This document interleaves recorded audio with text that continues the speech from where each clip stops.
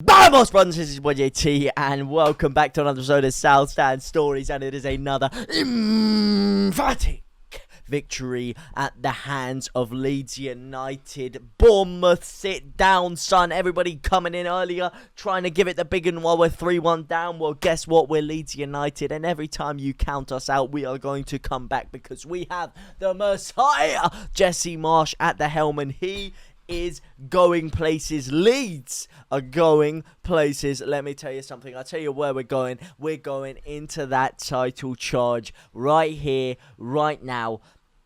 Come back in 2 weeks. Come back in 2 months. Come back in 2 days. We are going to be in that title race. I'm telling you, it's only a matter of time. We're building something serious here. We are building some good stuff. And I was going to say Sinisostra. It is not Sinisostra, but it is a man who is arguably even saucier, Chrysosio Sauceville III. Oh my lord, take a bow, son. I told you, Nando's have been on the blower, Heinz have been on the blower, flipping Branson have been on the blower. But let me tell you something, I don't care if these three had a love child and they spilt it in with some good old tomato ketchup. It is not going to be saucier than this guy. Their sauce, actually argue, I'm going to have some Nando's in a second, so I'm going to test their sauce out. But no matter what it is not going to be spicier. It is not going to be saucier. It's not going to be more liquid gold than that man's right foot. He does it again and again. I love that man. I love Jesse Marsch. I love GNONTO. I love everyone. I love everything. I love you guys. I love everything, man. This is a good time. This is a good time to be alive, man. I did record this a second ago, and it turns out my bloody mic wasn't working, so that's a bit annoying. Hence why this is probably coming a little bit later than usual, but we're redoing it, and it doesn't matter because we have some more things to talk about. Yeah, with more evaluation, should I say. There are more things to talk about. And first of all, I am going to dip into the negatives a little bit. We do have to touch on it. We should have been 3, 4, 5, 6 goals down. Really. Solanke missed a couple of sitters. Tavernier missed some big chances. Could have got himself another goal in there. And just all in all, Leeds. I mean, I heard a lot of people coming into the chat talking about skid mark defending. And believe me, we've seen a lot of skid mark defending at times. But today, we didn't see skid mark defending. We didn't. Alright? And I tell you why we didn't see skid mark defending. Because skid marks have more substance to them than what our defense showed today. It was so abhorrently weak, poor, defeated, just nothing in there. Pure gym settings, open for business 24 hours. I tell you, when I called us Laxative FC, I meant Laxative FC because we got ran through like a Vindaloo on a hot summer's day, and they were just pouring out our backside, pouring through with chances in there, more space than a goddamn keyboard. And it's not good. It wasn't good. And we do need to seriously fix that going forward, because a team that aren't Bournemouth might come forward and seriously punish us and put a lot more than 3 goals behind us. There was a point in the game where they had like 9 attempts to 2. Yeah, going forward, we weren't even troubling them either. It was just all this second-guessing malarkey we always do when we get into the final third. We're second-guessing things. We're taking too long to make the final decision, and everything's going wrong. However, that all changed at the feet of 2 players specifically, and it is Sauceville and it is William GNONTO. Okay, those two, like I said before, when they get the ball at their feet, their first thought is drive forward, drive into the space, create something, get Leeds into a promising area, and they were doing it all game. Again. Well, half the game for GNONTO, a full game for Sauceville. And I don't like to be the guy that comes out here and says, I told you so. But with these two, I got to. Alright, because I had some debates even recently. Yeah, we were talking with some people about which of these strikers that aren't playing should be featuring. Heard some people say, go hard. I heard some people telling me that it should still be Bamford. I heard people telling me Sonny Perkins deserves a go, or Joseph deserves a go. But I'm telling you, man, I told them and I told you the men's game is completely different. It is a completely different level. You need certain amounts of composure and physicality, and that is exactly what GNONTO has. At the end there, when he picks the ball up 80 yards away from goal, deep in our own half, he runs forward, he storms forward, yeah? And he shows such composure. He'd already run about 30 yards by this point to get to the halfway point.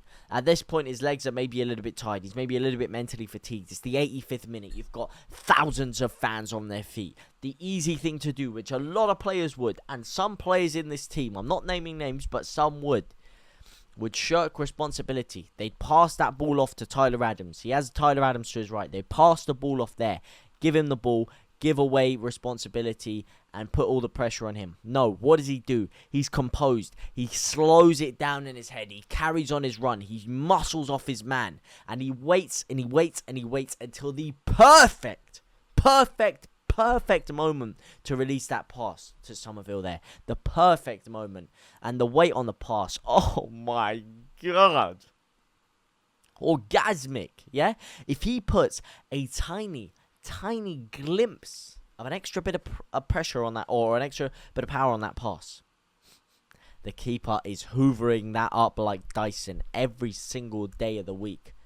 But it is perfectly weighted. And then Sourceville, the one thing I said that he was lacking from his game is the composure in the final third. And it is exactly what he had. He's got that in his game now. He's developed it. Late goal against Fulham. Late winner against Liverpool. And another late winner today.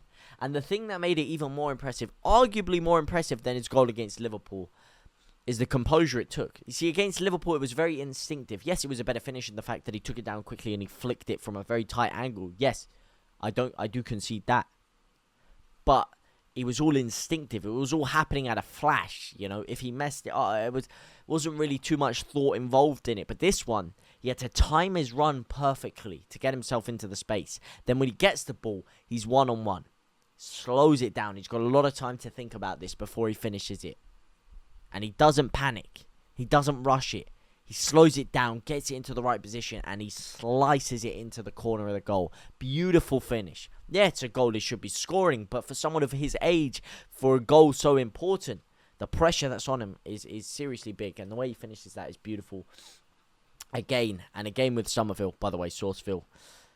If you look at my Fulham game, his debut against Fulham in the Cup last season, when we won on penalties, you watch that stream back now, and I said from that day there when he made his debut, I said that is the best youngster that we have at the club, bar none. Willie Gnonto is actually one of them close right now, but I said Sourceville is the best. And I heard a lot of slander for him at the beginning of the season. A lot of slander for Sourceville. A lot of people were telling me, oh, he's too flashy, he's too big for his own boots, making these videos and these things around him with his drone shots and stuff. Don't count the man out. The man has been imperative, and he is really, really growing into it. He is such a top player. Those two, not only are they striking a friendship off the pitch, they're now striking one on the pitch. Ironically, Sourceville, after he scored, he just goes and absolutely bommels Gnonto over, throws him to the floor, it's like stacks him over. And then Gnonto starts rolling around all over the floor. But, man, good times, man, good times. What a performance, man. This is what I'm saying. This ability to keep in the game. Yeah, you know what, like I said, there was times in the game where things were looking bad and we should have conceded more. But to stay in the game, and to win it late on like that, to keep our heads, keep our composure, and keep that fighting spirit, it's something that's been indicative since Jesse Marsch took over. I'm talking Wolves last year, I'm talking Norwich, I'm talking Liverpool, I'm talking Bournemouth. Those are just to name a few games, yeah? Ever since he's taken over, he's instilled this kind of DNA into us. And we've done it again, mate. We've done it again. Another late winner, another comeback. And what a performance, man. What a performance in that second half.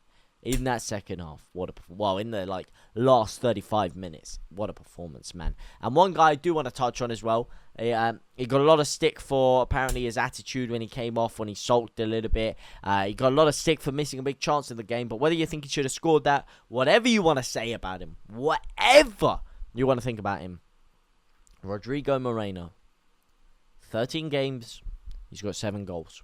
And a lot of those games he's played half a game. So, you tell me. You know, it's not too bad. It's not too bad. Not too bad of a return at all.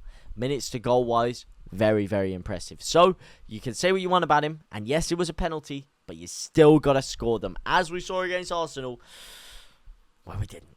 So, you know what? Rodrigo Moreno, hats off to you. Hats off to Sourceville. Hats off to Greenwood as well. I didn't mention Greenwood. He got a bit screwed with the replay. They zoomed in on Christensen, so a lot of people thought Christensen actually scored that, but it was Greenwood. And what a finish it was. So yeah, what a goal, man. I was a bit critical of him when he played the other day, but today, the assist for Cooper's goal and the goal, magnificent, my son. And a magnificent performance at the end for Leeds. So you know what? Let's keep the momentum going. All right, we've got a good win against Liverpool. We've got a good win against Bournemouth, and it is imperative we get a win in the league against Tottenham as well to keep the momentum going, keep the good form going, and get as far away from that relegation zone as possible. Let me know what you guys think was your man of the match. Let me know what you guys think about the game altogether. But for now, guys, I will see you very, very soon. It's been your boy JT. Au revoir, my brothers and my sisters.